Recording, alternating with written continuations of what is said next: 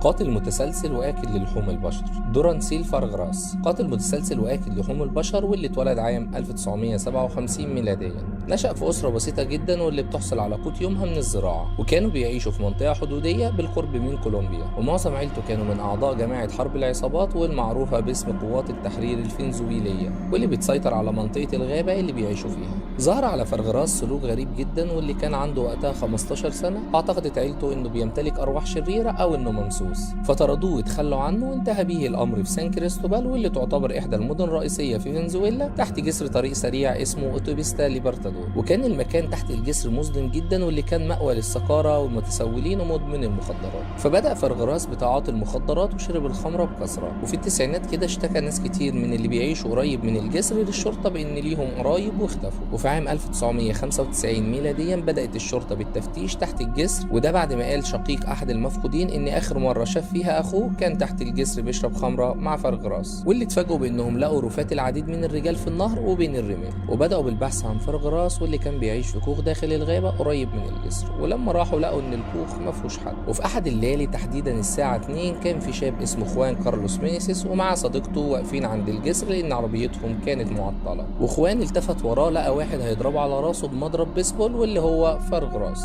ولحسن الحظ كان في ضابط معدي بالموتوسيكل بتاعه والقي القبض على فارغراس، وده كان عام 1999 ميلاديا.